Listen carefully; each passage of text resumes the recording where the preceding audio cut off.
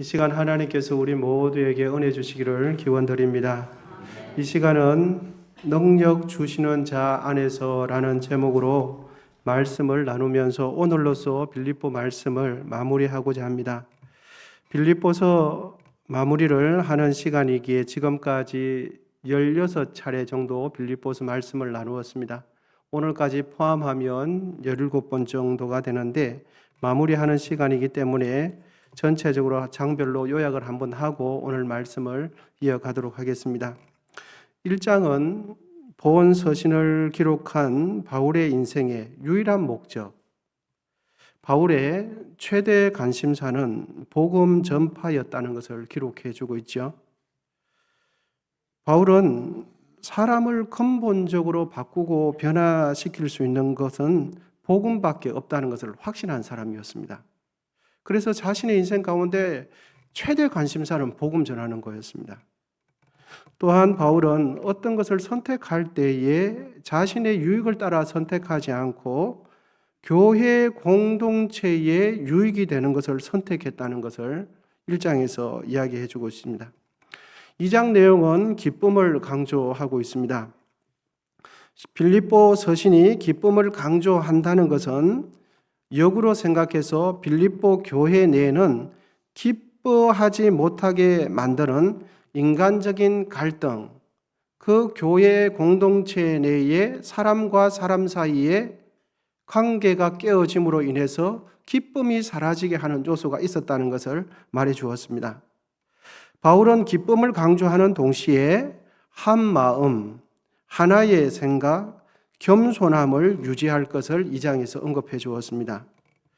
여러분, 사람과 사람 사이의 관계적인 갈등의 해결책, 분열된 공동체가 하나 될 수 있는 해결책은 사도 바울은 그 해결책을 예수 그리스도께서 스스로 낮추시고 겸손하셨던 것처럼 우리 각자가 겸손해지면 하나 될 수 있다는 것을 가르쳐 주었습니다.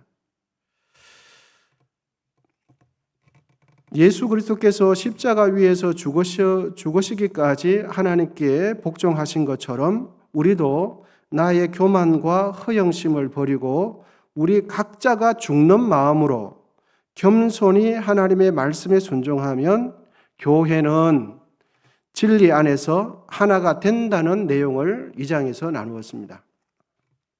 그리고 3장에서는 빌립보 교회의 구성원이 된 성도들에게 너희 구원을 이루라 라고 바울은 권면을 하죠.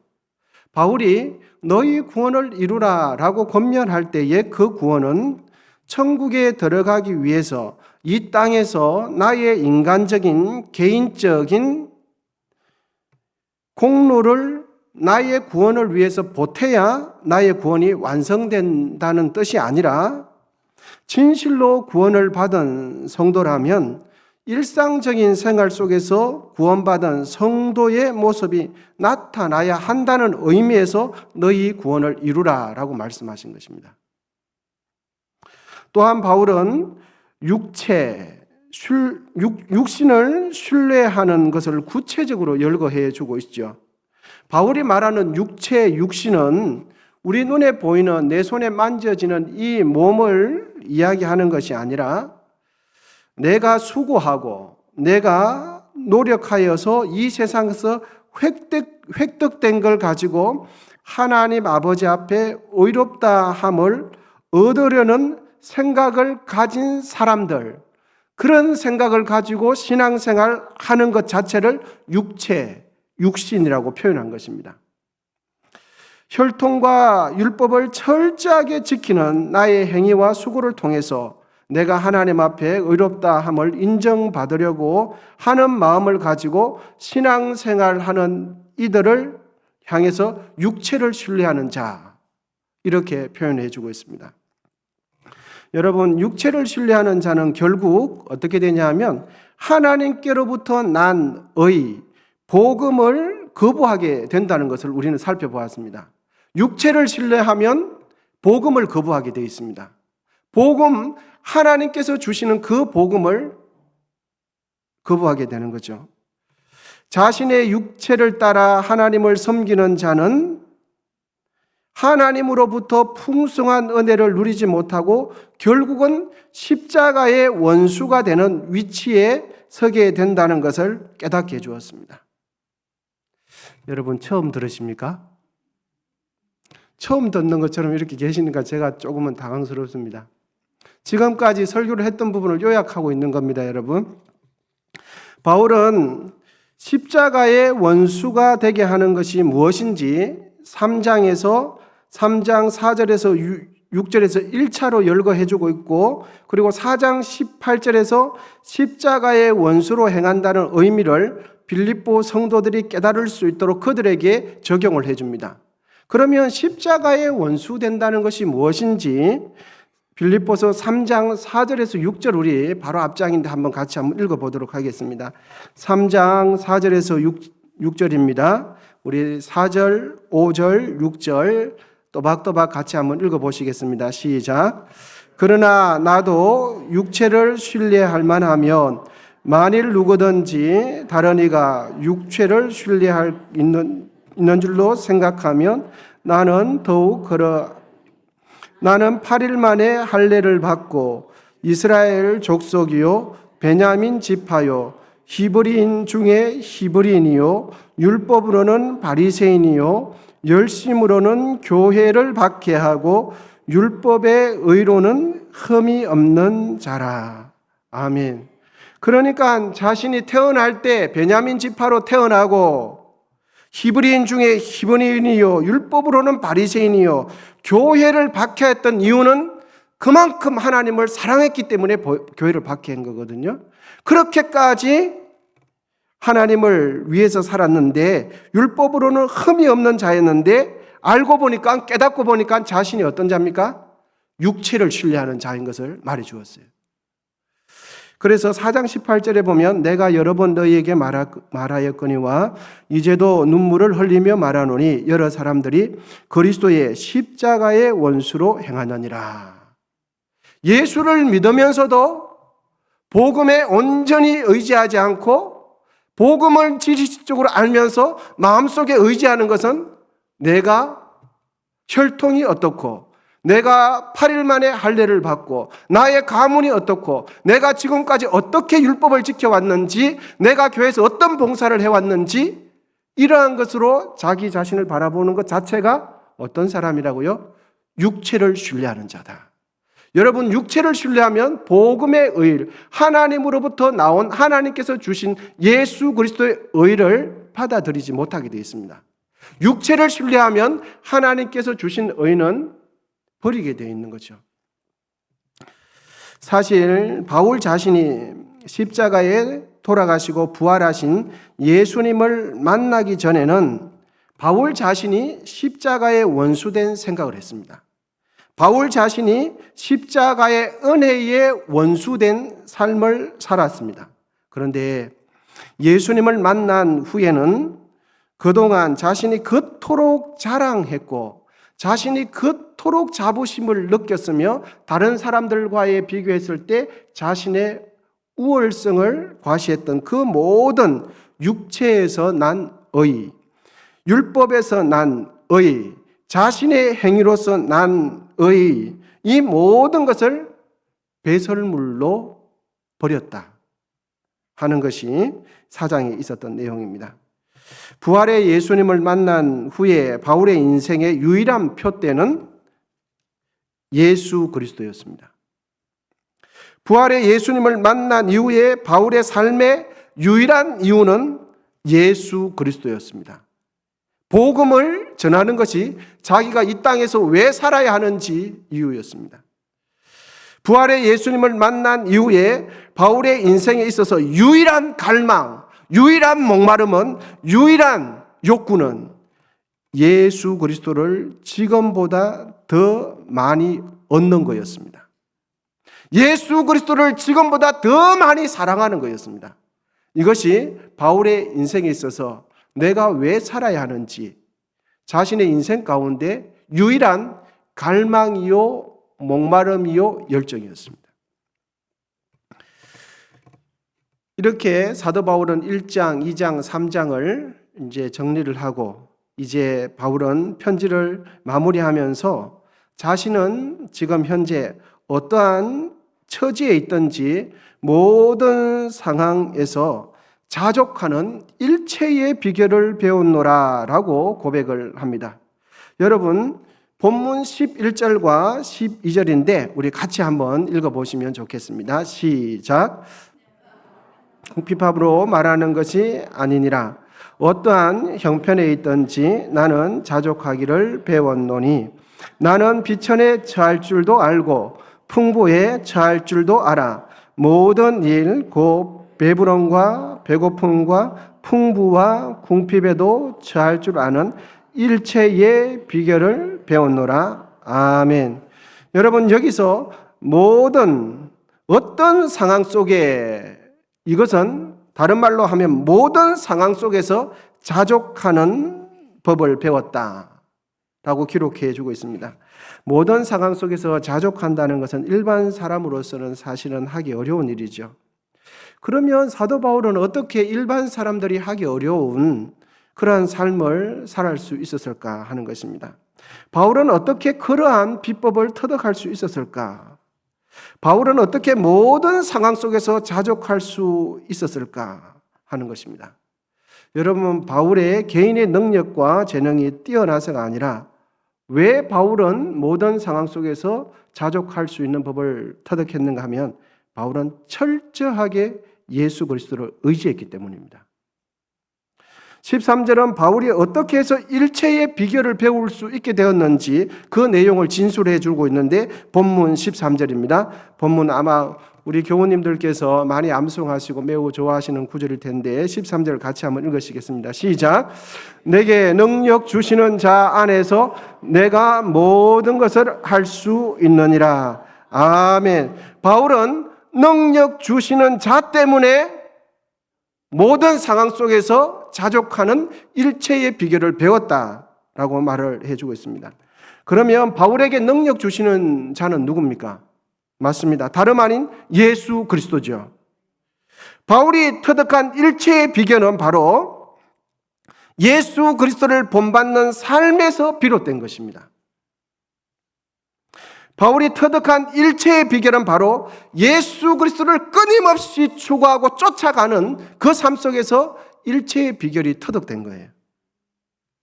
그럼 사도 바울이 겪은 그 어떤 형편, 그 모든 형편 할 때 그 모든 상황은 무엇을 염두에 두고 있는가 하는 것입니다. 그것은 두 가지 상황인데 12절 상반절에 보시면 이렇게 기록되어 있습니다. 나는 비천에 처할 줄도 알고 풍부에 처할 줄도 알아. 아멘. 그러니까 모든 상황 속에서 바울은 자족하는 일체의 비결을 배웠다라고 할 때에 모든 상황은 두 가지인데 하나는 비천에 처하는 상황 가운데서도 예수 그리스도 때문에 자족했다라는 뜻입니다. 여러분, 사실 말이야 쉽지 궁핍하게 사는 것, 비천하게 사는 것, 가난하게 사는 것 매우 힘들고 괴로운 일입니다. 배고픔과 궁핍은, 비천은 사람을 누추하게 만들고 내면 속에 열등감을 갖게 만듭니다. 궁핍은 사람을 삶의 밑바닥으로 몰아넣을 뿐만 아니라 사회적으로도 자신을 구석으로 내몰아서 외톨이로 만드는 것이 궁핍이고 비천이고 가난입니다. 생계만 아니라 사회적인 관계망을 원만하게 유지하기 위해서 여러분, 돈이 필요하죠.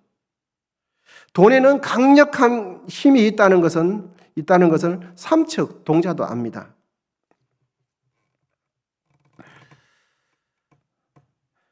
비천할 정도로 가난하게 되면 대부분 사람들은 이렇습니다. 이전에 지나던 사람들도 만나고 싶지 않습니다. 그리고 즐겨 가던 모임에 가고 싶은 마음도 다 사라집니다. 물질적인 박탈은 사회적인 관계성 속에서 박탈을 불러오고 그것은 심리적으로 자신의 자존감이 낮아지는 상황으로 몰아가는 것이 보통입니다. 하지만 바울은 그런 궁핍하고 비천한 처지 속에서도 만족해 했다라고 고백을 하고 있습니다. 여러분, 왜 바울은 그렇게 비천하고 궁핍한 가운데 만족한 삶을 살아냈습니까? 이유가 무엇입니까? 예수님 때문입니다. 두 번째 바울이 처했던 상황은 이와 반대인 상황인데 풍부에 처하는 경우였습니다. 사실 사람의 일반적인 마음은 등 따뜻하고 배부르면 남들 앞에서 어서되기 쉬운 것이 사람의 마음이지요. 궁핍할 때는 동창회도 가기 싫고 이 모임도 가기 싫고 사람 만나는 것도 싫고 만나자 그래도 만나고 싶지 않습니다. 그런데 남들이 부러워할 정도로 잘 되면 형편이 좋아지고 풍부하게 되면 어떻습니까? 사람들이 나 안 불러주나 어디 동창회 안 하나 어디 모임 안 하나 하는 생각이 드는 것이 사람의 마음이지요. 그래서 풍부하게 되면 은근히 자신의 풍부를 자랑하고 싶은 마음이 또 사람들이 많이 모이는 곳에 가고 싶은 것이 사람의 연약함이죠. 세상적인 지위가 높은 사람이 겸손을 유지하기가 쉽지 않듯이 많은 재물을 가진 사람들이 재물이 아니라 예수님 때문에 즐거워하고 예수님 때문에 자족해 한다는 것은 참으로 어려운 일이면서 너무너무 귀한 일입니다. 바울은 궁핍에 처했을 때도 자족했고 풍부에 처했을 때도 조금도 의시되지 않고 자족했습니다. 바울은 궁핍한 중에도 자족해 하고 풍부한 중에도 자족했다는 것은 바울은 누가 주시는 힘으로 살았다는 뜻입니까? 그렇습니다. 바울은 세상이 주는 힘으로 살지 않고 가난할 때나 부할 때나 누가 주시는 힘으로 살았습니까? 그렇습니다. 그래서 사도 바울은 내게 능력 주시는 분, 오직 예수 그리스도 안에서 살았고 예수 그리스도 때문에 살았고 예수 그리스도를 위하여 살았죠. 바울의 인생에 있어서 유일한 갈망은 예수 그리스도. 바울은 예수 그리스도 한 분으로 자신의 삶이 모두가 해결되는 사람이었습니다. 예수 그리스도 한 분만이 한 분으로 충분한 사람이었습니다. 먹는 것도 예수 그리스도 안에서 해결되고요. 입는 것도 타는 것도 자는 것도 쓰는 것도 자신의 미래도 자신의 노후도 예수 그리스도 안에서 다 해결된 사람이 누굽니까? 바울입니다.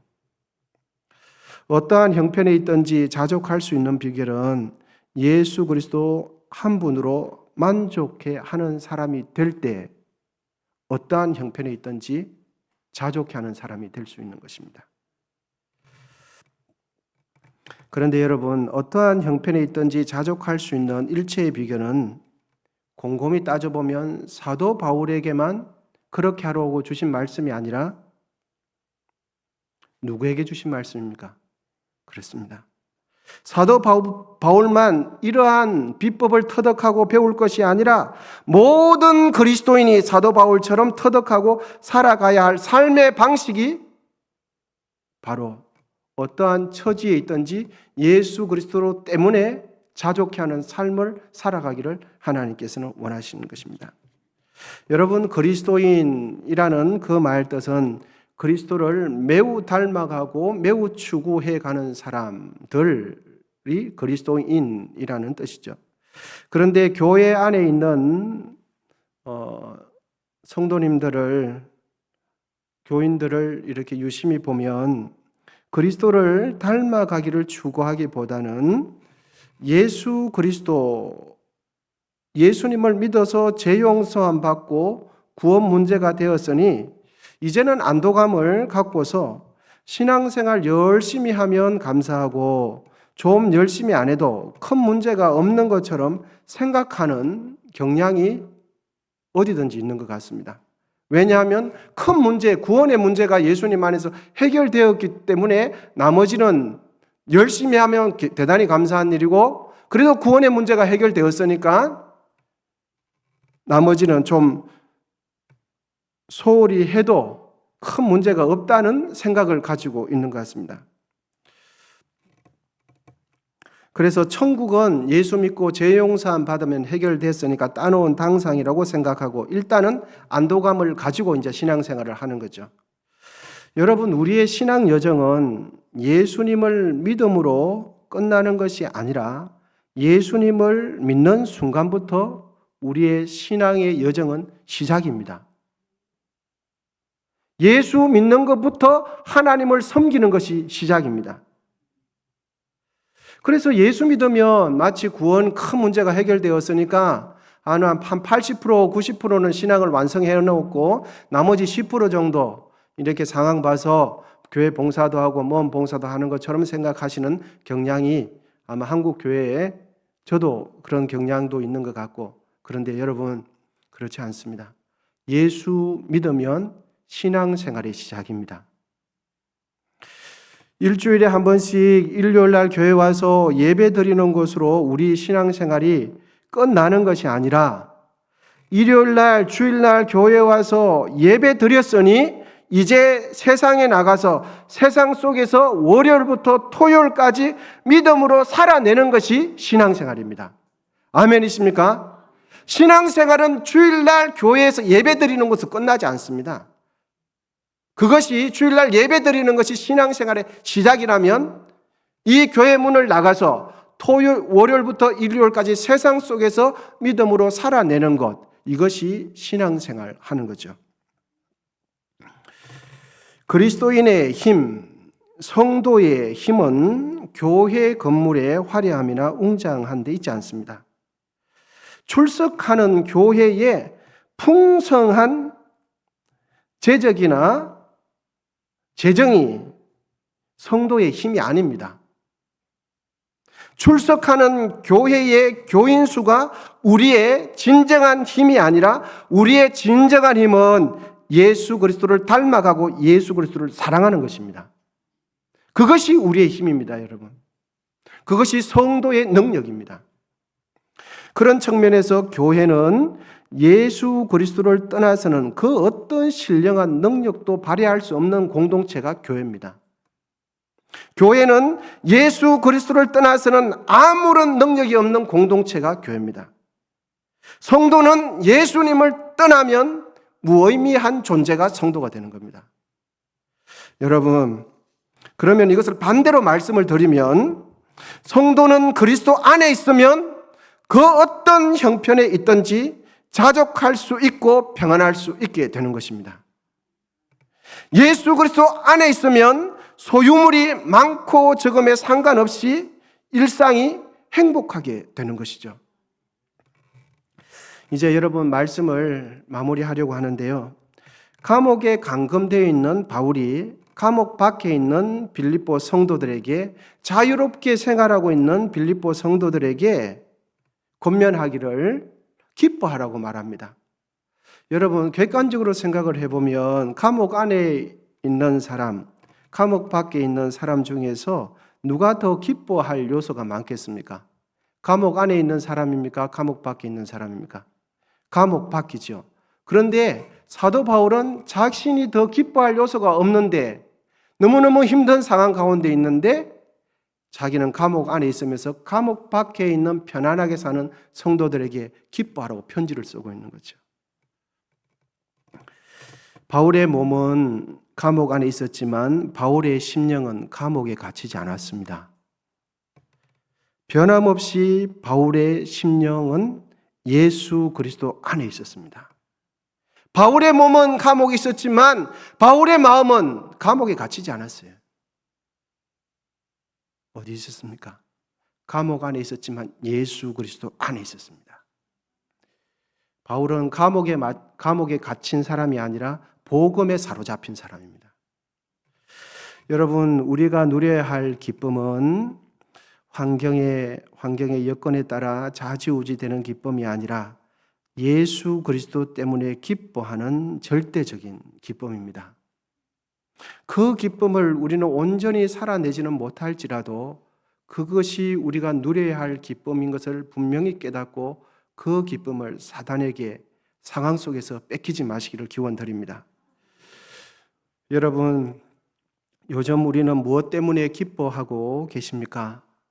무엇 때문에 고민하고 계십니까? 최근 무엇 때문에 기뻐하고 계시고 최근 누구 때문에 갈등하고 계십니까?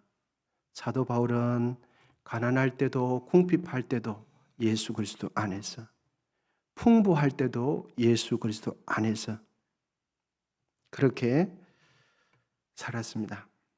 우리 모두 예수 그리스도와 함께 기뻐하는 그 절대적인 기쁨을 바라보면서 추구해 나가는 참된 기쁨의 소유자가 되시기를 기원드립니다. 1300년경에 독일에 타울러라는 사람이 있었습니다. 이 타울러가 하루는 거지를 만나서 이렇게 말합니다. 친구여, 오늘도 안녕하십시오 라고 이렇게 말을 합니다. 그렇게 말을 하니 거지가 나는 하루도 평안하지 않는 날이 없었습니다 라고 거지가 대답합니다. 그래서 타울러가 그러면 행복하시기를 라고 말하자 거지는 이렇게 또 말합니다. 난 불행해 본 적도 없어 하나님께 감사합니다 라고 말을 합니다. 타울러가 놀라서 그것이 무슨 뜻이요? 라고 거지에게 묻자 거지는 날이 좋으면 하나님께 감사하고 비가 와도 하나님께 감사하고 먹을 것이 넉넉하면 하나님께 감사하고 배가 고파도 하나님께 감사했습니다. 하나님의 뜻이 나의 뜻이요 하나님을 기쁘시게 하는 것이 무엇이든지 나를 기쁘게 합니다. 그러니 제게 무슨 불행이 있겠습니까? 라고 거지가 대답했답니다. 타울러는 더욱 깜짝 놀라서 이렇게 질문했습니다. 대체 당신은 누구시오? 그러자 거지가 이렇게 대답합니다. 나는 왕이요. 이렇게 대답하자 타울러가 질문합니다. 그러면 당신의 나라는 어디에 있어? 거지가 대답합니다. 나의 나라는 나의 마음속에 있어. 이렇게 고백했다고 합니다. 여러분, 우리의 인생의 기쁨의 근원을 환경에서 찾지 마시고 본문의 바울처럼 내게 주시는 자 안에서, 내게 능력 주시는 자 안에서 찾으시기를 기원드립니다. 바울이 가난할 때, 바울이 풍부할 때, 바울은 자신의 기쁨의 원인을 능력 주시는 자 안에서 찾았습니다.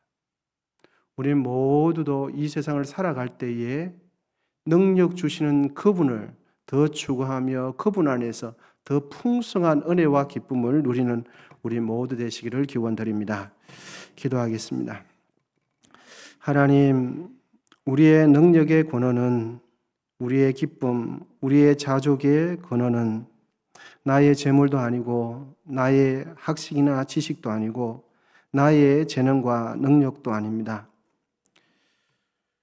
우리에게 능력 주시는 그 예수 그리스도가 마르지 않는 우리의 기쁨이 되는 줄 믿습니다.